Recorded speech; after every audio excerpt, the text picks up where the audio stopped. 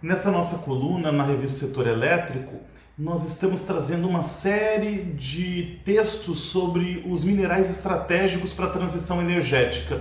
Na coluna passada nós discutimos o neodímio e agora desse mês nós estamos discutindo o papel estratégico do lítio. E por que isso? Recuperando o porquê de discutir isso. Essa discussão é necessária porque muitas das vezes a transição energética, assim como foi, de modo geral, construído o conceito no Atlântico Norte, esse conceito foi construído no sentido de que nós transitaríamos para as fontes renováveis, as fontes de fluxo, deixando de lado o estoque, muito mais poluente, principalmente os hidrocarbonetos, como petróleo, carvão, gás, etc.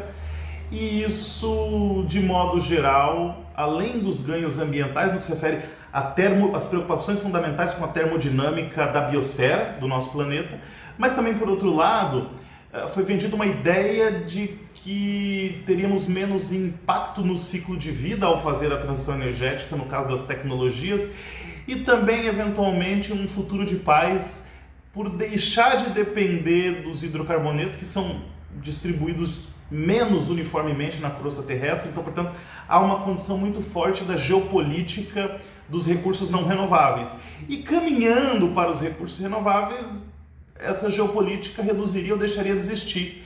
E essa discussão nos enfoca de que isso efetivamente não é verdade, porque os minerais necessários nesse processo de transição energética, eles também não são distribuídos uniformemente na crosta terrestre. É o caso, por exemplo, do lítio, que tem reservas muito grandes, por exemplo, no Chile, Bolívia, Argentina, na China, em Portugal, em outros países, mas isso não é esse mineral, ele não é distribuído uniformemente. E por que o lítio é tão fundamental?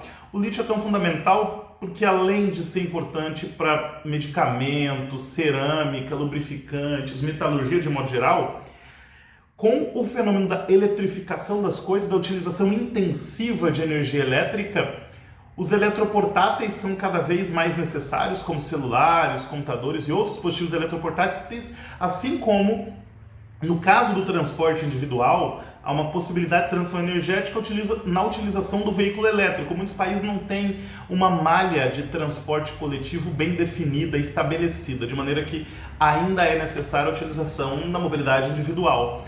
E para construir o carro elétrico, o volume de lítio é fundamental para a construção das baterias. Sim, o lítio nas baterias ele é incomparável com as outras tecnologias anteriores, no que se refere à capacidade de fornecimento de energia e de potência, assim como o suporte aos ciclos de carga e descarga, ou seja, a utilização das baterias de íon de lítio são fundamentais nesse processo de mobilidade elétrica e de eletrificação das coisas.